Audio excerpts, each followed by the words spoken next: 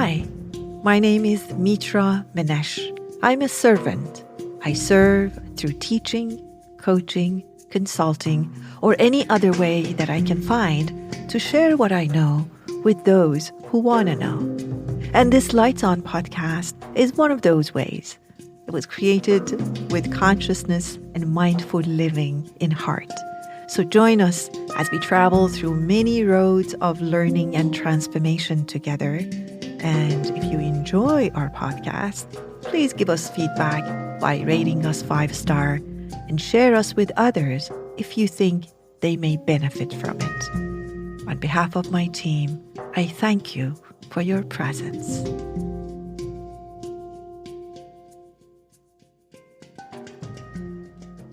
This episode is about how to cultivate the attributes of emotional intelligence as leaders. I was teaching a class in emotional intelligence and mindfulness at workplace in leadership.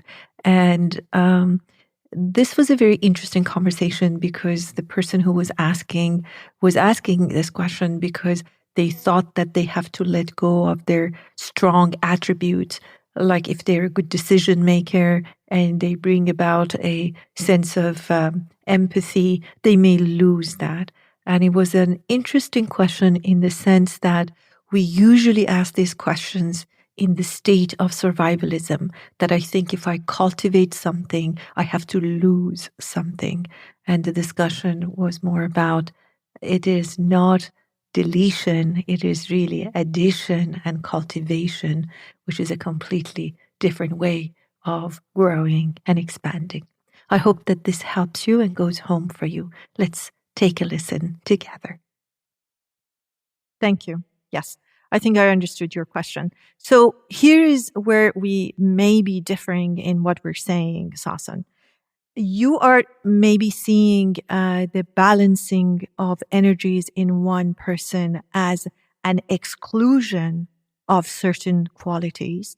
And the way I'm speaking about it is really inclusion of all qualities. So it is not that I will kill, lack of a better word, it's a masculine word, kill the decisiveness in me in order to become a person with empathy. It is that I add to that asset, if you like. I'm depositing that into my account as a leader. And they're not at the price of each other. So if you look at the language that we're using, we always think we need to let go of something in order to let in something. And that's not what I'm saying. I'm saying, what if I kept what I have and I added those things these are wrong words I'm using. It's not have and don't have, because really, if you were here from the beginning of the room, I was talking about the fact that this is not true, that this has got to do with my gender. Only 8% of the people actually have a natural disposition or genetic, whatever it's called, scientifically, a disposition to certain part of their brain, which means it's a huge number. 92% of us have learned to be one way or another. So it is not really about not having it, but it is about not having practiced it. So really now we're talking about the practiced aspect of me and the unpracticed or non-activated aspect of me.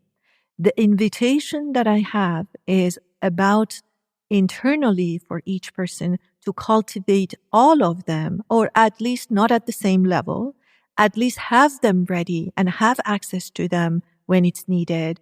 But you have a point here. You're making a great point. You're saying really, some people are more comfortable doing this. Don't ruin them. And I agree with you completely. If I'm a very good decision maker, don't take that away from me. Well, teach me empathy, teach me internal regulation of my emotions, teach me self-awareness, but don't take away my decisiveness. However, when everybody has access to all of these attributes, we're not really watering down the leadership of the organization. What we're doing is we're strengthening the leadership of organization. We still have room for diversity. In fact, there is far more diversity within me when I have included and added other attributes. Now I'm sitting there listening, say, to you who may have a great, empathy kind of skills and disposition. And instead of judging you because I can relate to that, because I have cultivated in me, I may let you do it because you're a leader that you're good at that. But I'm not making fun of it in my head because I can relate to it. So once we cultivate all of these, doesn't mean that we become good at all of these. It just means that I can relate to that.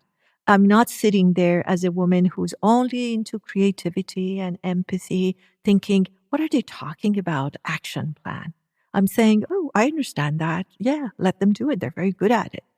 I can do A, B, C too, but you guys go and do D and D, F and G because you're good at that. So it's not exclusion, it's inclusion, and the diversity is completely there. In fact, it is enhanced.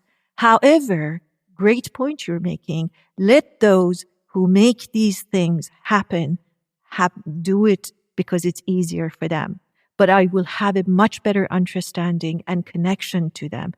There will not be them and us. It will not be like, silly people who do this or horrible people who do that. I can connect to all aspects, but I still allow, in fact, more than before, because I can recognize that I'm not very skilled in that, but you are. So maybe you should be the person who should be doing that, or vice versa. You see that I'm very good at implementation, and then you say, okay, Mitra, you do this, and we go into more of a creation of the ideas and projects. So we're not saying anything different, except I think that small difference that you thought that I'm saying, lose that and now become this. No, I'm saying just add to that and bring the diversity, enhance the diversity within yourself and within your leadership style.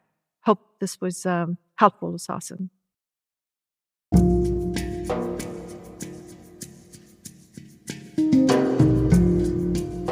Hope this episode answered the question or two for you, or provoked and inspired questions in you. I'm so grateful you showed up and listened up. Until the next time, be well and stay curious.